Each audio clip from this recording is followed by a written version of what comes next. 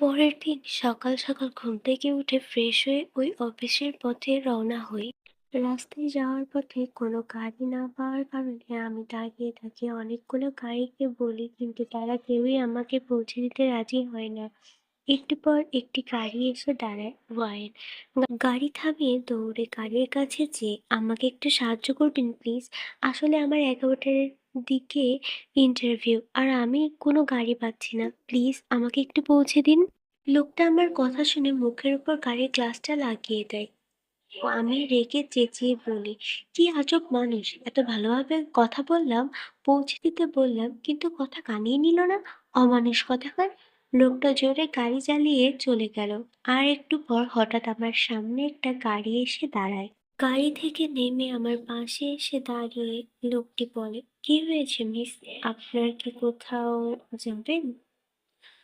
Wine, জি, আমার 11টার দিকে একটা ইন্টারভিউ আছে, আর এখন বাজে 10টা 30। কি করব, কোনো গাড়িও পাচ্ছি না। লোকটি বলে, চলেন আমি আপনাকে পৌঁছে দিচ্ছি। ওয়াইন, কি, সত্যি অনেক ধন্যবাদ আপনাকে।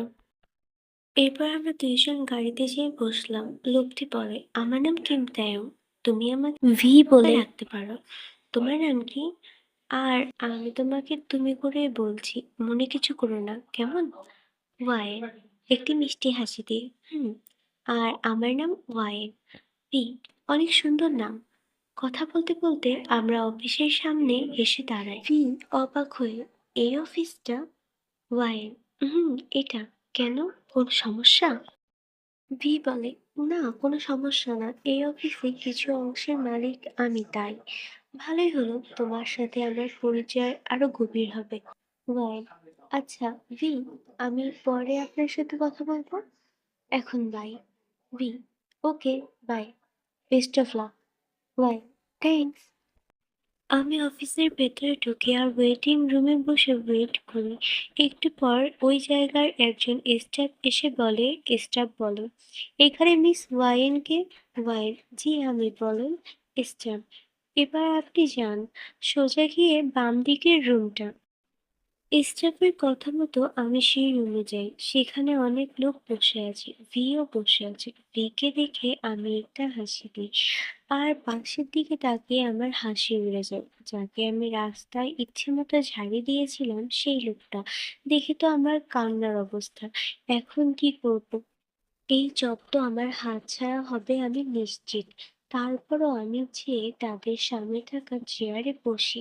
তারপর তারা আমার ফাইল চেক করে। মিস্টার নিক সেই লোকটার দিকে ফাইলটা এগিয়ে দিয়ে বলে, মিস্টার জিমিন দেখেন তো, আমার মনে হয় সবকিছু ঠিক আছে। জিমিন ফাইলটা নিয়ে ঠাস করে টেবিলের উপর রাখলো, আর আমার দিকে রাগী দৃষ্টিতে তাকিয়ে থাকলো। আমি একবার মাথা উঁচু করে দেখি সে আমার দিকে রাগীভাবে তাকিয়ে আছে। আমি আবার মাথা নিচু করে চুপচাপ বসে থাকি। জিমিন, হুম, মিস ওয়াইন, ইউ আর সিলেক্টেড, কাল থেকে জবে চলে আসবেন। বাইরের স্টাফের কাছ থেকে সব জেনে নেবেন। এখন আপনি চলে যান। এটা বলে ফাইলটা আমার দিকে এগিয়ে দেয়। আমি অবাক হয়ে জিমিনের দিকে তাকিয়ে থাকি। এরপর আমি ওই রুমটা থেকে বেরিয়ে যাই। অন্যদিকে জিমিন, জিমিন মনে মনে, অমানুষ তাই না? তুমি আমাকে অমানুষ বলছো মিস ওয়াইন? এখন টের বাবা অমানুষ কত প্রকার ও কি কি। একটু পর জিমিনের ঘাড়ে ভি এসে হাত রাখে, আর জিমিন ভি এর দিকে ফিরে তাকায়। ভি, কি এত চিন্তা করছিস? জিমিন, কিছু না। ভি, ওই মেয়েটার কথা তাই না? জিমিন, কেন, আর কথা ভাববো কেন? ভি, আসলে মানুষ এত নিষ্ঠুর তুই জানিস জিমিন?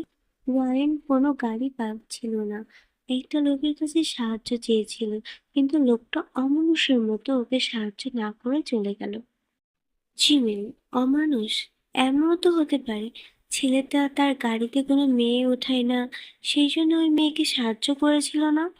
রি, তুই ওই লোকের হয়ে এত কথা বলছিস কেন?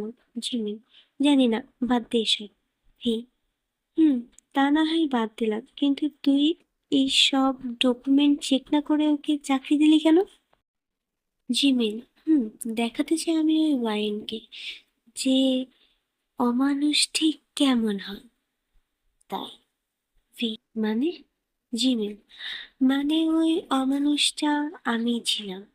অন্যদিকে আমি হোস্টেলে চলে আসি আর টেবিলের ওপর বসে ভাবতে থাকি, ওয়াই মনে মনে কোনো ডকুমেন্টস ছাড়া, কোনো ডকুমেন্টস চেক না করে আমাকে চাকরি দিয়ে দিল। নিশ্চয়ই ওই রাস্তার প্রতিশোধটা নেবে। নিজেকে নিজেই বলি, ওয়াইন তুই রেডি থাকিস।